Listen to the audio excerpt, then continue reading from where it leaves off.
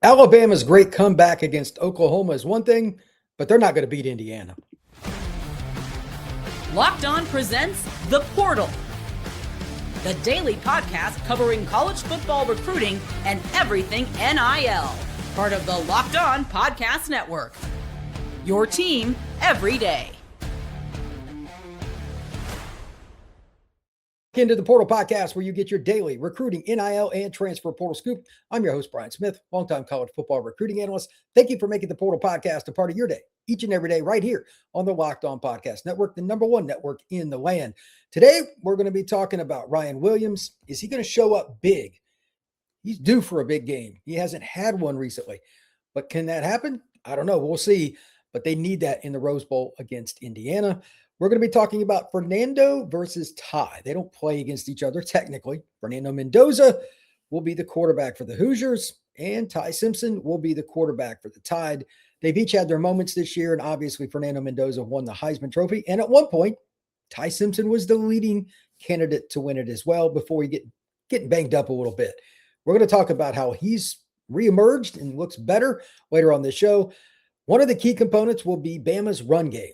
It has been an enigma all year, despite having Caden Proctor, one of the most physically gifted tackles I've ever watched. They can't run the ball consistently. Why? How will that play out against Indiana? Probably not well. And what does Alabama's win against Oklahoma mean overall? They were down 17-0. They looked like they were dead. And then you got to give them credit. They all of a sudden found a way. They found life. And when they did, they stormed back. Got to give them credit. And I want to start with that. Momentum in college athletics is really important. And while I give them all the credit in the world for winning, Oklahoma is still a team that has many deficiencies, especially on offense, including that pick six that just completely changed the game. I don't think Indiana's going to do that. Alabama fans were all upset when I said on X that there's no way they were going to beat Indiana, and I'm steadfast with that. Indiana would have to completely hand it over because they're the more consistent team. They don't have as many turnovers. They don't have as much of a problem running the ball. Matter of fact, they're one of the best running teams in the country, and Alabama stinks at it. But to that end, they found a way, and their defense is legit. I'm going to talk quite a bit about their defense and whatnot, and we're going to go through some questions on how they could or maybe they will play well on offense. But again, Indiana's the better football team. Alabama fans can be mad all they want. They have one of the most jaded fan bases in the history of sport, but they're going to be humbled quite a bit against Indiana in the Rose Bowl. So here are the questions and the comments that I have to start out with. And matter of fact, just to put it in perspective, here's the first thing. Like, they've got to stop Indiana's run game. Let's get into that first. Indiana has some pretty good players to run the football, and we can look at this many different ways, but the number one thing to look at is the balance. Hemby and Black are both really good players. I would imagine that both will get quite a few carries. And if you want to look at it from a situational standpoint, Hemby, I'll just pull him up here. If you look at his game log, he's pretty consistent. They both just share the load. 81, 88, 55, 58, 152, 52. And then when we go back, looking at it, when we talk about Black, he's pretty much the same kind of deal. It's very consistent game to game as well. 110, 32, and 12. So there was a little variation, but then in the last couple, it's been back to normal, 67 and 69. They run the football, and then on top of that, Fernando Mendoza is really the key. Mendoza is the guy that I didn't think he had it in him because I saw him play last year live. He's a lot better at going and getting 5, 8, 10 yards and keeping you honest. It's annoying. He's not the athlete that you want to use a spy for, but at the same time, he will go out there and make it happen when he has to. They'll use him in the red zone when you're really trying to take away a key offensive weapon like Elijah Serrato. We'll talk about him a little bit. You can't just pull away from the quarterback run game. You can't just take a guy out of the box. Fernando will beat you. He's done it several times. And now it's to the point where I wonder what Alabama will do. Will they just drop, play conservative because they're so talented? You could do that. But will James Smith and those guys consistently get pressure first? And in the run game, when he decides to take off, or if it's a designed run, will Fernando make plays? Again, Black and Hemby are really good running backs. I think they will do their thing. They'll run for 150 yards against Bama, give or take. That would be my guess because they'll break one. They won't be consistent.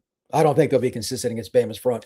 So they'll probably break one run for 40 or 50 yards. That's just common football. Run for about 100, 110 on 25 carries thereafter, and then have one run that's pretty good. Might be Mendoza. It's possible. But again, they will outrush Alabama, and I think that will be the key to the game. I'm going to say that over and over and over again throughout this podcast. But here are some of the other things that I have that I think are very, very important to look at. Number one, Indiana's defense, when Bama has the ball, only two teams this year ran for over 100 yards. They only give up 2.89 yards per carry. They've allowed 5 rushing scores the entire season. That means when Bama gets into the red zone, where they probably are going to pass a lot anyway, it's going to be very difficult because they've got some pretty darn good DBs too. They've also held Ohio State's running backs to 87 yards on 20 carries. Ohio State's got a pretty good running game, and they did a nice job against them. They also held Ohio State to 4 of 12 on third down. Those are some pretty impressive numbers. Now, for Alabama, Ty Simpson, he looked a lot better against Oklahoma, in my opinion, because you could tell going in down the stretch, he was not healthy. He wasn't remotely healthy. And it wasn't good for him that Bama dropped some passes. He should have thrown for more yards. He kind of got screwed out of that. His pass catchers hurt him a few times.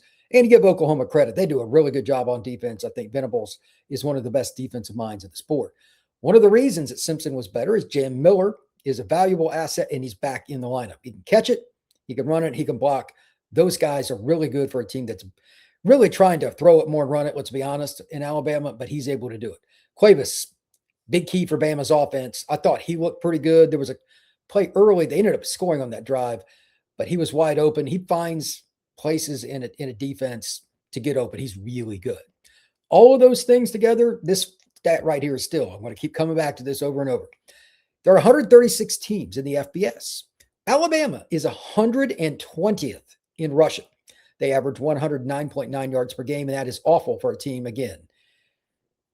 They've got Caden Proctor. How is that possible? But they do. Consistently starting slow now. They had the fast start against Auburn. Then they flipped a switch in the wrong direction against teams that have good defenses. Well, Indiana has a really good defense. I know SEC fans will say, oh, it's Big Ten. It's overrated. Yeah, okay. You'll see if Ohio State struggles to score on them, that's going to be a problem for Bama too. And in the last 5 SEC games for Bama, so a little longer stretch, 319 rushing yards, 63.8 yards per contest. That's not going to get it done. When I come back, I'm going to have 10 questions going back and forth between both Alabama and Indiana, why I think Indiana is the definitive favorite. And for the record, FanDuel has Indiana as a 6.5 point favorite right now. I think that's about right. I think they're a touchdown or so better than Bama conservatively, maybe even up to 8 to 10. We'll see where that line goes, but we'll talk about that next here on the Portal Podcast. Today's show is brought to you by our friends at Wayfair. The holidays always show up faster than we expect. And if you're still putting together gifts, last-minute decor, or getting your home ready for guests, Wayfair has you covered. Whether you need a quick home refresh, new bedding, or those final seasonal touches, Wayfair makes it easy to get what you need and get it fast. Wayfair truly is your one-stop shop for everything home, with decor, furniture, kitchen essentials, and gifts for every style and budget, all delivered quickly and easily. You can go and find a selection for the bedroom for the kids, if you need some knickknacks for the front room, or maybe you need something for the kitchen. Whatever it is you want to do for yourself, you can. And remember, you can also send them as gifts. Get last-minute hosting essential, gifts for all the loved ones, and decor to celebrate the holidays for way less. Head to wayfair.com right now to shop all things home. That's WAYFAIR.com.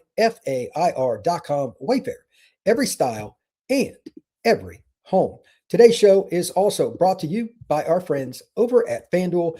NFL Sundays move fast, one big play, and suddenly everything feels different.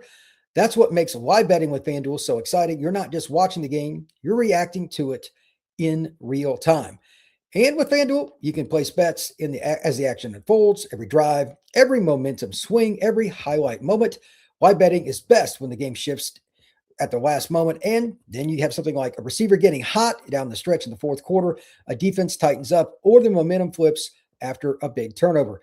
FanDuel lets you jump into the moment. Plus, you got to think about the players that are healthy, who's going to be coming into the game. We're getting to the nitty-gritty of the NFL season. So the live spreads and the money lines are going to adjust instantly with all the action, player props as well. It's a lot of fun. My Colts are a 5.5 point underdog in this game coming up for them.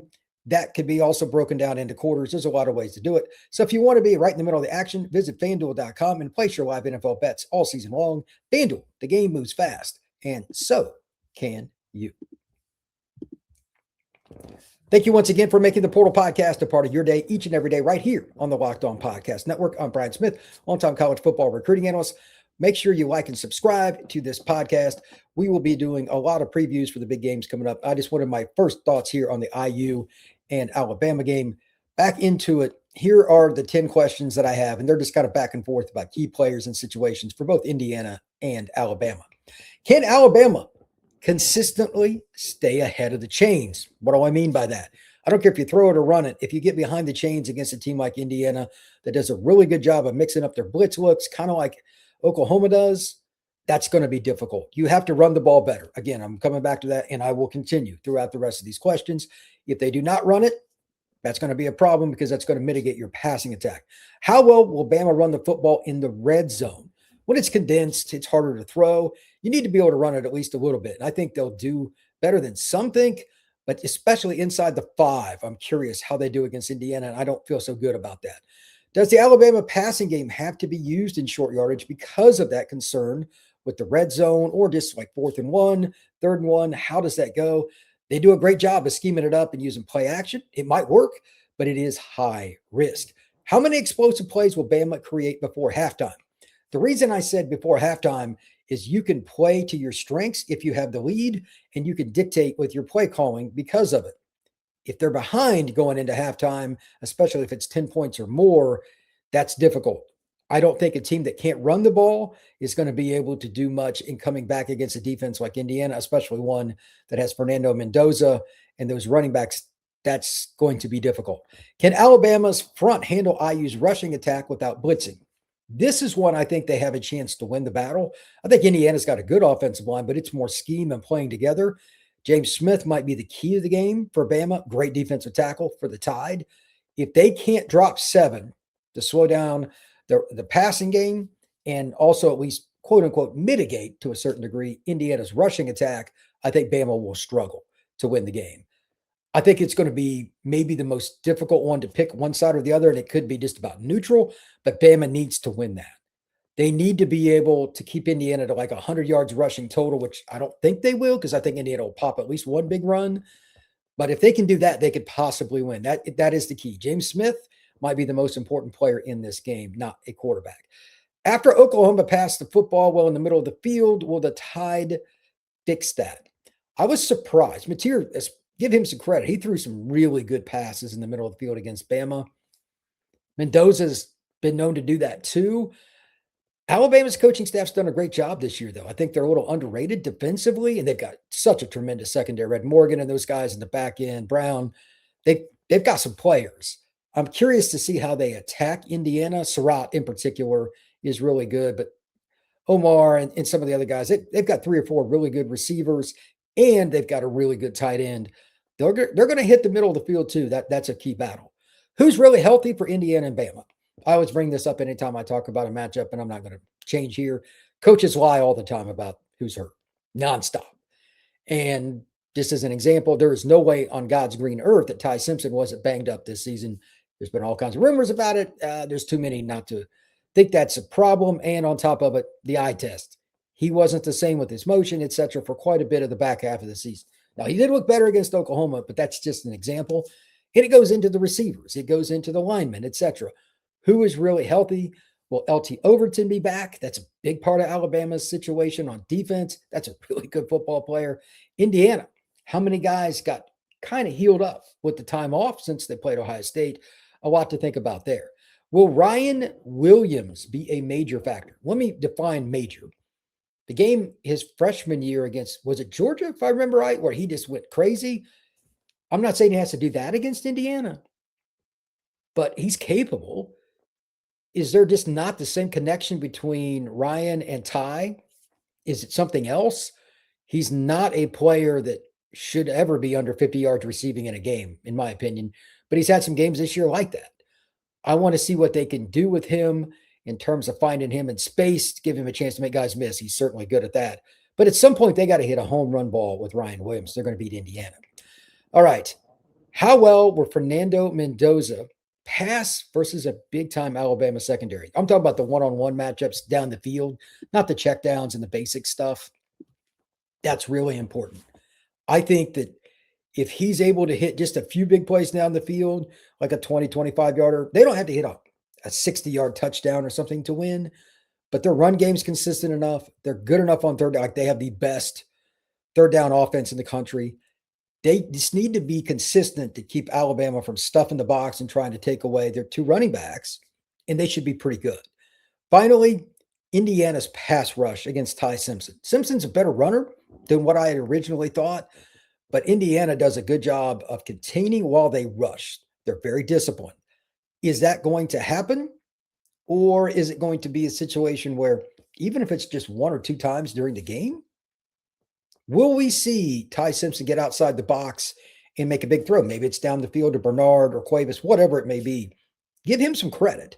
He has improved a lot as a guy that can get outside the pocket and make something happen. So those are the things that I think are really important to talk about. And overall, I just think, again, Indiana's ability to run the ball is a lot better than Bama, and it's why I'm picking them. I'm picking them to win the game 31-21. I think it'll be a really good game, but Indiana's just better than Alabama. They're better coached. They have a better scheme throughout the year because they focused on the run game just as much as they focused on the pass game. That's why they're better. We'll see if I'm right or wrong, but that's my pick. I got Indiana beating Alabama 31-21 in the Rose Bowl when that game comes around. Thank you very much for checking out the Portal Podcast. We will see you again soon.